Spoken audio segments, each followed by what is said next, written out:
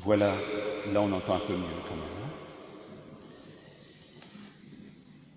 Dis à mon frère, je ne sais pas si ça vous rappelle quelque chose, il y a un ou deux dimanches, ce n'est pas à mon frère, mais dis à ma sœur.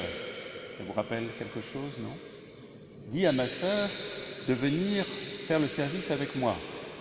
C'était Marthe qui s'adressait à Jésus, assez mécontente de l'attitude de sa sœur, qui la laissait travailler toute seule, qui écoutait paisiblement ce que disait Jésus. Et cette fois-ci, voilà que cet homme qui a à se plaindre du règlement de l'héritage et de ce que fait son frère, vient trouver Jésus pour lui dire cette fois-ci, dis à mon frère. Et de même que Jésus ne va pas intervenir directement dans le service de la table et dans la manière dont il faut organiser la maison, il ne va pas non plus répondre positivement à la demande de cet homme qui lui demande de faire un peu le notaire dans la famille. Jésus n'est pas venu pour ça. Il n'est pas venu pour, à un autre moment, on lui demande est-ce qu'il faut payer l'impôt. Et on essaie de le mettre dans des règlements qui concernent la vie sociale, collective, familiale, pour établir de nouvelles règles. C'est un petit peu, on voudrait le mettre un peu comme Moïse en super législateur de l'organisation. Mais ce n'est pas pour ça que Jésus est venu. Jésus va essayer de, je dirais, élever le débat ou plutôt l'approfondir, hein, où on va dans les hauteurs, où on va dans les profondeurs, mais avec Jésus, on n'en reste pas au simple énoncé des questions. Alors Jésus va essayer d'emmener cet homme qui pose la question de ses biens, puisque derrière ça, c'est les biens qui préoccupent cet homme, comment est-ce qu'il peut récupérer son bien. Alors Jésus va l'interroger, pas pour le culpabiliser, pas pour lui dire qu'il a tort de demander que la justice soit faite, mais pour lui dire, mais qu'est-ce que tu vas faire de ce bien que tu revendiques? Et qu'est-ce que tu fais de tes biens? Vous voyez, Jésus l'entraîne vers le sens de sa demande. Cet homme en est à, voilà, ça doit être comme ça, attention, on doit rester dans la législation, dans la légalité, dans la justice humaine. Et Jésus lui dit, oui, bien si tu gagnes ce que tu veux là, qu'est-ce que tu vas en faire?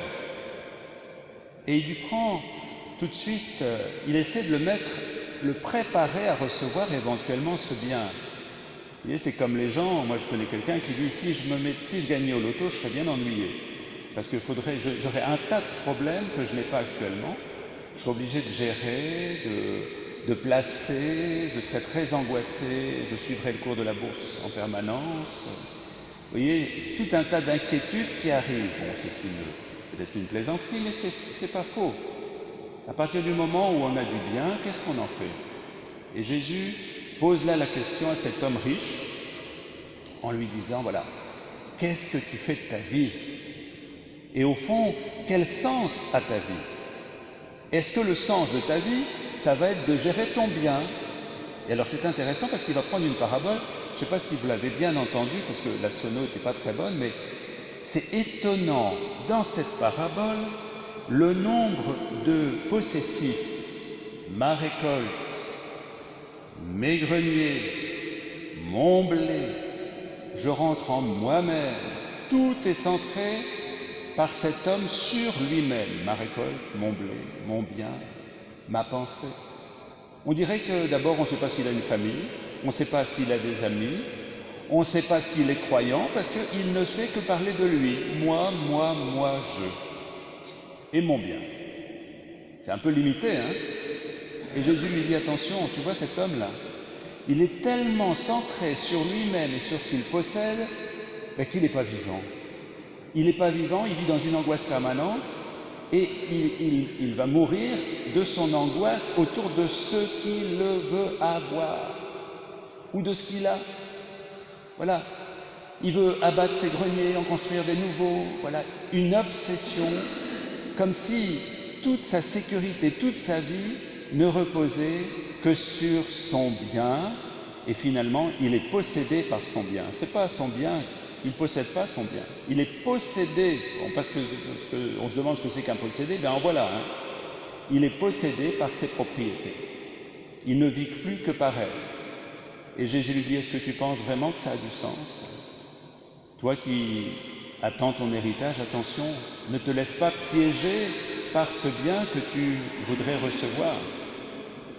Et toute la question va être, mais qu'est-ce qui tient dans notre vie? Qu'est-ce qui a du sens dans notre vie? Alors, vous avez entendu peut-être le premier texte, pas très bien, mais vanité des vanités. Alors ce texte de l'Ecclésiaste, là, de Coëlette, on peut le traduire autrement, ce mot de vanité, par buée. Buée des buées. Vous savez ce que c'est qu'une buée, hein? Ça va sur la vitre, là, quand il fait froid, puis ça fait une trace, et puis après ça s'en va. Est-ce que notre vie, elle ne repose que sur de la buée? Si c'est ça, c'est un petit peu ennuyeux, hein? Parce qu'une fois que la buée est partie, il ne reste rien. Ça, c'est la question de fond. Qu'est-ce qui tient?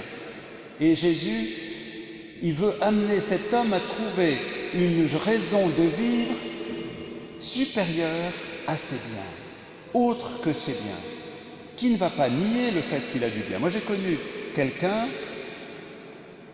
un monsieur suisse, qui est mort très âgé et qui était milliardaire. Eh bien, cet homme, il n'était pas du tout attaché à ses biens. Moi, je l'ai connu, il parcourait le monde, jusque très âgé, pour soutenir un orphelinat en Russie, une échoppe en Syrie, un petit atelier qui démarrait de l'autre côté. Tout ce qu'il avait, il le mettait au service et il avait créé une fondation pour que partout où des hommes et des femmes, des enfants essayaient de se mettre debout, il puisse essayer de les soutenir avec le bien qu'il avait. Puis cet homme, j'aimais beaucoup, chaque année, à Noël, il décidait d'offrir un cadeau au Seigneur. Il disait, on offre des cadeaux à tout le monde, et à celui dont on fête l'anniversaire, on n'offre rien. Alors chaque année, depuis ses 20 ans, il est mort à 95, oui, ça fait 75 cadeaux, eh bien il essayait d'offrir un cadeau au Seigneur. Une fois, c'était renoncer par exemple à fumer pour que l'argent ne soit pas perdu, mais soit donné. Une fois, c'était, voilà, il essayait toujours de trouver quelque chose. À 94 ans, il vivait de manière très simple dans une maison de retraite, malgré ses grands biens, et il avait su qu'une famille pauvre de proximité n'avait rien pour Noël. Alors il est allé avec un grand colis. Malheureusement, il y avait un escalier et il est tombé dans l'escalier après avoir déposé le colis, 94 ans.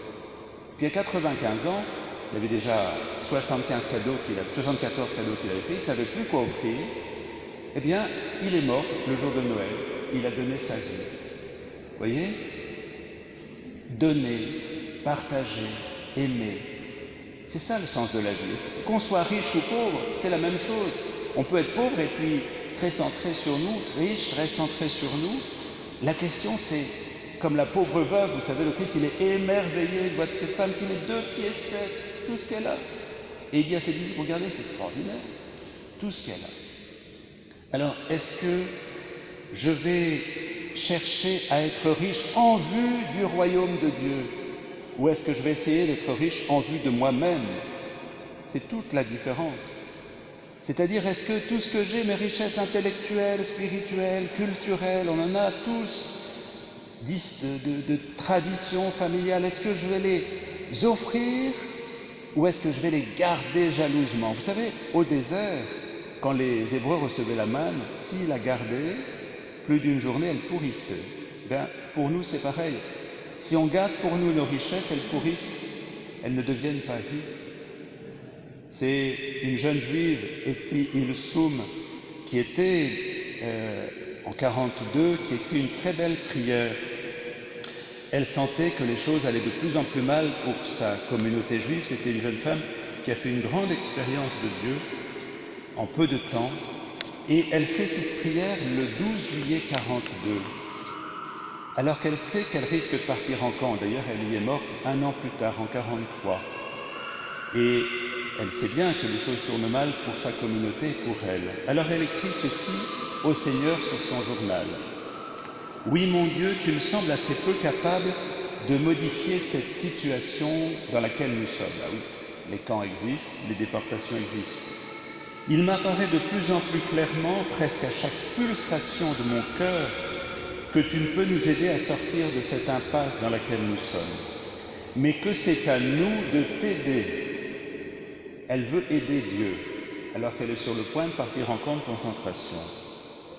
Et de te défendre jusqu'au bout, de défendre jusqu'au bout la demeure qui t'abrite en nous. Donc défendre la présence de Dieu en nous, protéger la présence de Dieu dans notre vie. Et elle continue, alors ça c'est intéressant, ça rejoint l'évangile d'aujourd'hui.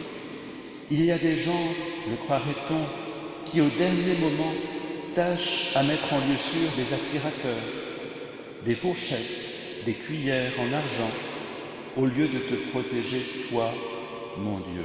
Oui, je vais t'aider, mon Dieu, à ne pas t'éteindre en moi. Je vais t'aider à ne pas t'éteindre en moi.